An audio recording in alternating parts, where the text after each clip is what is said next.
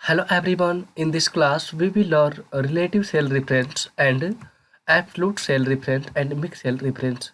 Let's get started. So you can see here, आप देख सकते हो यहाँ पे रिलेटिव सेल रेफरेंस यहाँ पे लिखा गया है, यहाँ पे एब्सोल्यूट सेल रेफरेंस है और ये मिक्स सेल रेफरेंस है। रिलेटिव सेल रेफरेंस किसे कहते हैं, थोड़ा इसको आप देखो।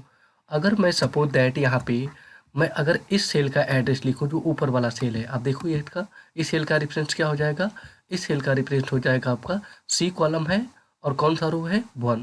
तो अगर इस सेल का, जिसमें कभी भी हम केवल ऐसे लिखते हैं जैसे कि कॉलम का एड्रेस और रो का एड्रेस लिख देंगे, यानी कि C1 मैंने राइट किया। C1 राइट करने का क्या मतलब हुआ कि ए सी वाला कॉलम और 1 वाला जो रो हो जाएगा तो उसे क्या बोलेंगे हम यहाँ पे C1। तो इस तरह के सेल रेफरेंस को आप रिलेटिव सेल रेफरेंस कहते हो। ठीक है, अब आपको कैसे प्रूव करें थोड़ा देखो यहाँ पे। इसके लिए मैं क्या करता हूँ, यहाँ पे कुछ वैल्यू यहाँ पे मैं राइट कर देता हूँ, जैसे कि मैंने यहाँ पे 12 राइट कर दिया है और यहाँ पे राइट कर देता हूँ 23 को। अगर मुझे इसे जोड़ना है तो मैं इक्वल साइन तो यहाँ पे देना ही है। इस सेल का एड्रेस कितना है बताइए, तो C1। क्लिक करते ही देखो C1 आ जाएगा यहाँ पे। अगर मैं प्लस के साथ यहाँ पे अगर मैं राइट कर देता हूँ यहाँ पे, जैसे कि आप देख सकते हो यहाँ पे ए वाला इस सेल का एड्रेस D1, क्लिक करते ही देखो D1 आया। जैसे एंटर बटन को प्रेस करूंगा दोनों का यहाँ पे एडिशन आपके प्राप्त हो जाएगा, यानी 12 और पे जो 23 है इनको जोड़ के यहाँ पे 35 कर दिया इसने। सो सेल रेफरेंस के अंतर्गत डायरेक्टली आप कॉलम का एड्रेस और रो का एड्रेस देंगे तो इस तरह के एड्रेस को हम लोग क्या बोलते हैं, यहाँ पे रिलेटिव सेल रेफरेंस बोलते हैं। जैसे फॉर एग्जांपल अभी इस सेल का एड्रेस मैंने क्या बोला था, ये C1 है। देखो आप यहाँ पे मैं राइट करता हूँ C1 और इस सेल का एड्रेस क्या है, मैंने क्या आपको बताया था अभी भी, D1 हो जाएगा ये। तो D1 और C1 को मैंने ऐसे डायरेक्टली क्या किया था, यहाँ पे फार्मूले के साथ लगा दिया था, जिसकी वजह से इनके सेल के एड्रेस के भीतर जो वैल्यू थी उनको जोड़ के इसने 35 आपको यहाँ पे दे दिया है। आई होप आप लोगों को रिलेटिव सेल रेफरेंस समझ में आ गया। रिलेटिव सेल रेफरेंस का मतलब हो जाएगा कि कॉलम, केवल कॉलम का नाम याद रखना है कि कौन सा कॉलम है और कौन सा रो है। तो रो 1 थी और कॉलम कौन सा था, यहाँ पे C था, इसीलिए मैंने C1 लिखा। और यहाँ पे देखो कॉलम D है और रो कौन सा था 1, इसीलिए इसका नाम क्या रखा है मैंने D1। सो आई होप आप सभी लोगों को रिलेटिव सेल रेफरेंस समझ में आ चुका होगा। आगे थोड़ा सा देखो इसी में।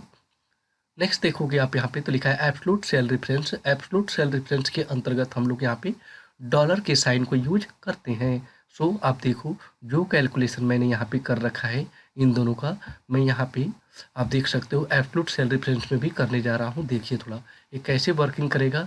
इसके लिए आपको एब्सोल्यूट सेल रेफरेंस में बराबर का चिन्ह डालना है। इसमें इसमें भी आपका कॉलम और रो का एड्रेस पड़ेगा, लेकिन फ़र्क बस इतना है कि आपको यहाँ पे डॉलर का साइन यूज करना पड़ेगा। जैसे मैंने यहाँ पे C लिखा और कौन सा रो हो जाएगा 1, तो इसके लिए भी डॉलर का साइन यूज करो और यहाँ पे लिखो कि 1।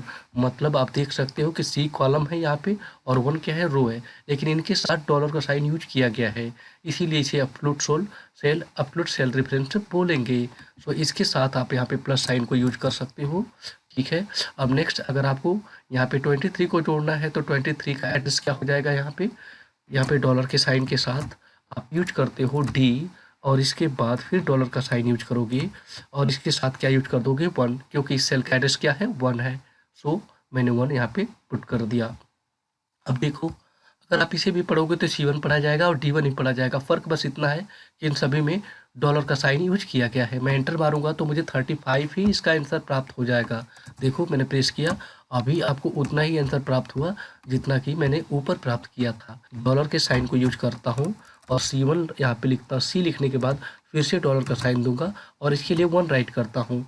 देन मैंने प्लस का साइन यूज किया था और इसके बाद मैंने यहाँ पे फिर से डॉलर साइन यूज किया और D लिखा था और इसके बाद डॉलर साइन यूज करूंगा और क्या राइट कर दूंगा 1। तो आप देख सकते हो कि इस तरह का जो ऊपर वाला सेल रेफरेंस है इसको हम लोग यहाँ पे जो है रिलेटिव सेल रेफरेंस और इस वाले को एब्सोल्यूट सेल रेफरेंस समझते हैं या जानते हैं।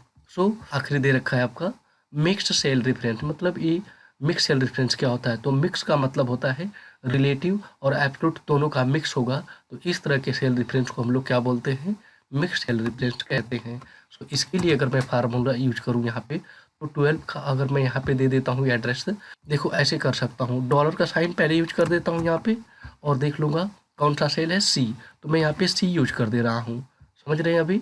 और C यूज करने के बाद मैंने 1 डायरेक्टली राइट कर दिया, ठीक है। मतलब देख सकते हो आप कि केवल मैंने कॉलम में ही डॉलर का साइन यूज किया है। रो 1 है लेकिन इसमें डॉलर का साइन यूज नहीं किया है। तो इस तरह की सेल रेफरेंस को हम लोग कहते हैं यहाँ पे मिक्स सेल रेफरेंस। इसी तरीके से अगर मुझे इसे जोड़ना है तो मैं D1 का भी डाल देता। तो D1 वाले में मैं क्या करता हूँ, कॉलम वाले में मैं डॉलर का साइन यूज नहीं करता हूँ। कॉलम मतलब डी कॉलम है तो डी में यूज नहीं करूँगा, मैं डायरेक्टली डी को लिखता हूँ यहाँ पे। और इसके बाद अब रो वाले में डॉलर का साइन यूज कर देता हूँ। देखो इस वाले से बिल्कुल डिफरेंट हो गया और इसका एड्रेस क्या हो जाएगा 1। तो आप देखो अभी पहले वाले पे मैंने यहाँ पे सी कॉलम था तो इसके साथ मैंने डॉलर साइन का यूज किया था, 1 में नहीं लगाया था। दूसरे वाले में देखो डीम को छोड़ दिया है, मतलब कॉलम में नहीं लगाया, मैंने रो में लगा दिया है। तो इसी प्रकार के सेल रेफरेंस को हम लोग यहाँ पे मिक्स सेल रेफरेंस के नाम से जानते हैं।